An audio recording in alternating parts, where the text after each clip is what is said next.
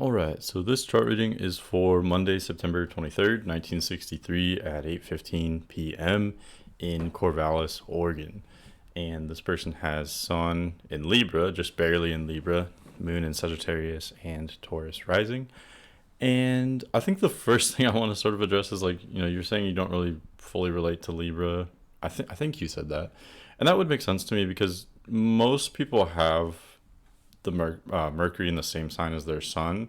And so the intellect, which is ruled by Mercury, is almost synonymous, or it's coupled with the ego ruled by the sun. But for some people, you can have the sun and Mercury in different signs, and then there's almost a disconnect or a separation between the intellect and the ego. And for you, your ego would be Libra.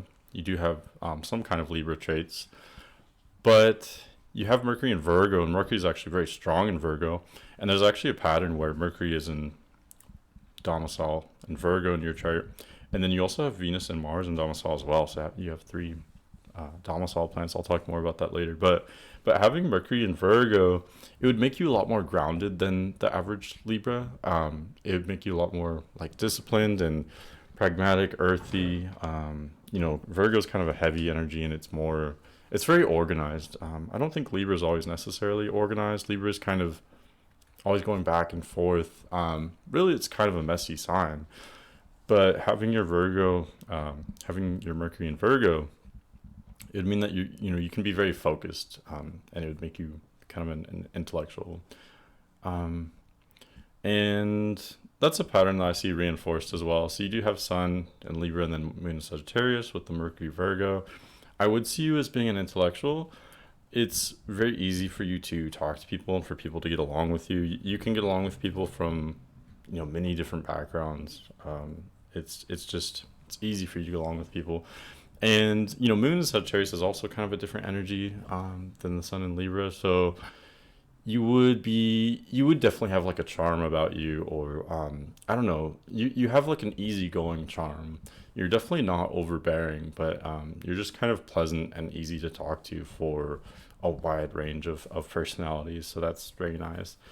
And then Moon in Sagittarius, so you definitely want to explore and have new experiences. You want to like travel, or I don't know, just try kind of some crazy stuff. Try anything once, I guess, something along those lines. Moon in the eighth house would make you kind of easygoing and laid back. So yeah, it's kind of nice, this balance that you are easygoing and kind of just chill, but you also do have an adventurous side to you as well. You definitely want some like adventure and excitement in your life. I know you're a little bit skeptical, so I'll try to get a little bit more specific than that. So you have Venus and Mars in domicile, Venus in Libra, Mars in Scorpio. And so you would be very desirable romantically. And it's because you have this kind of easygoing confidence in the areas of romance and relationships. It's almost like you just have always kind of known how to act in those areas to some extent. And I don't know, what the way you are in those areas is like almost what's expected by people, generally speaking. And as a result, it makes you very desirable for a wide audience, I guess you could say. So lots of people may find you attractive and desirable. And then Mars and Scorpio in the seventh house would be very intense and sexual. You would like to explore depths of sexuality and go really deep or really intense. And I think the Moon in Sagittarius contributes to that as well, that you have a high sex drive and you like, experiencing those new or wild things, or experiencing deep things or intense things sexually. Which is funny because on the outside of your personality, with the Sun in Libra and Mercury in Virgo and Taurus rising, even for that matter, you don't seem, to people who don't know you well, you wouldn't seem like someone who'd be super wild and really deeply sexual, but you do have that side to you, for sure. Okay, let's just jump around a bit. So something interesting I noticed is that you have North Node conjunct the IC at the bottom of the chart, and if you don't know what those mean, that's fine. But and then South Node conjunct the midheaven. So that would mean that and then midheavens in Capricorn as well. So that would mean that it's easy for you to be a leader of sorts or to have like a reputation. It's just easy for you to act in a way that's respectable and almost to be like an authority figure. And you would always have that, really, even from a young age. It's just easy, like you just know how to hold yourself, like in public or at work, and that's really great for your career. You could apply that to, really any kind of type of career, any industry. Because even if you're not necessarily in a leadership position, you would just be kind of respectable, or you'd have almost like an authority about you. And it's actually more difficult for you maybe to just rest, like at home. It's almost like you feel more comfortable at work or in the world at large, or like at work or in public, in the public eye, I guess you could say.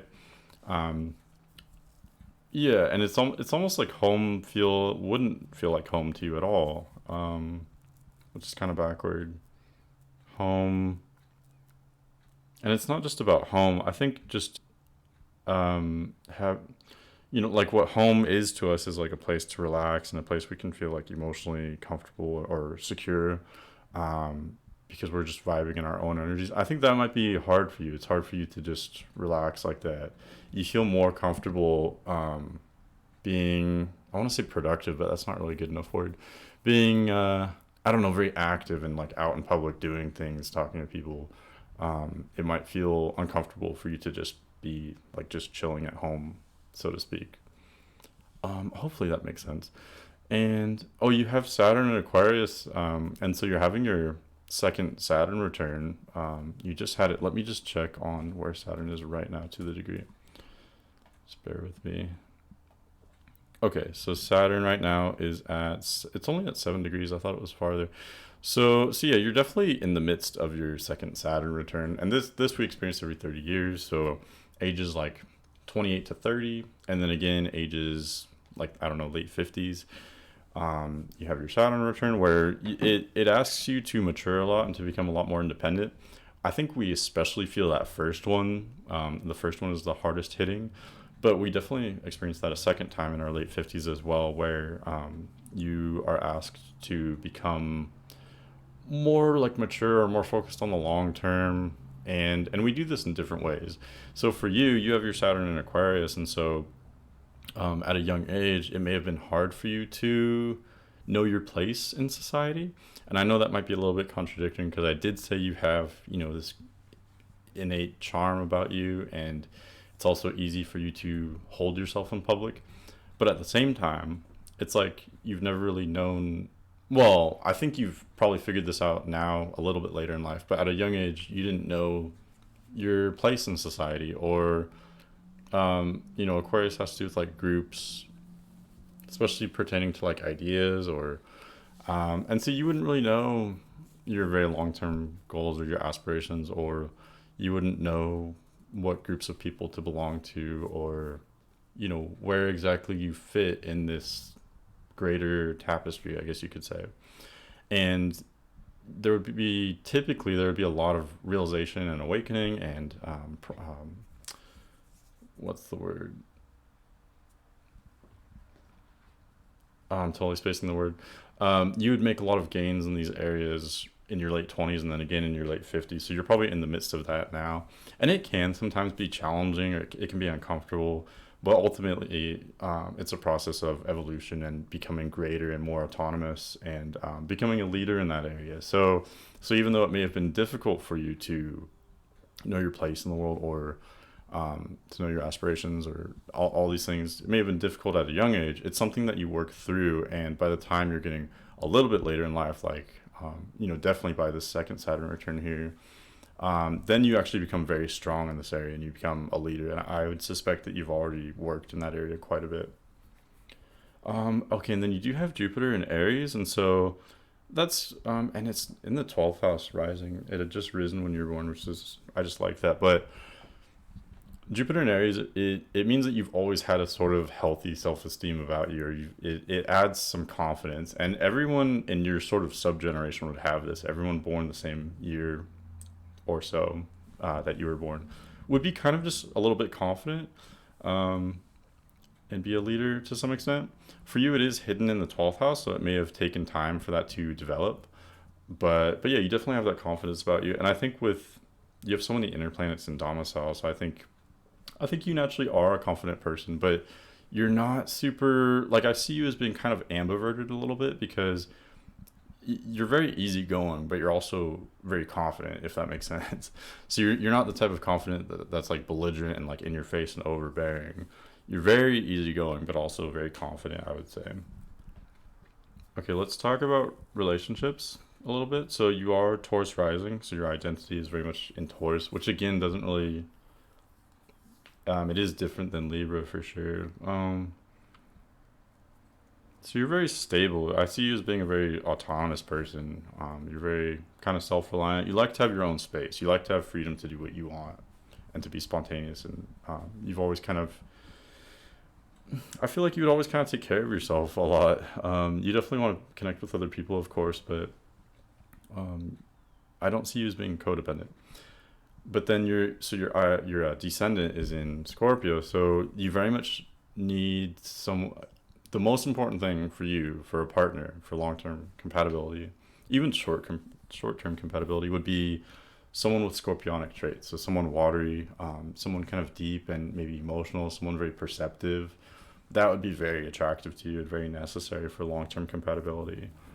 So this may come as someone who literally has planets in Scorpio. It could even be just someone with water sign planets like Cancer or Pisces as well. But you definitely need that water in another person. That would be very attractive. And you do have Mars in Scorpio as well, so that would add to the sexual attraction there. Scorpio is very sexual. It likes to, delve deep into things, and that can be intellectually or emotionally, but it can also be sexually as well.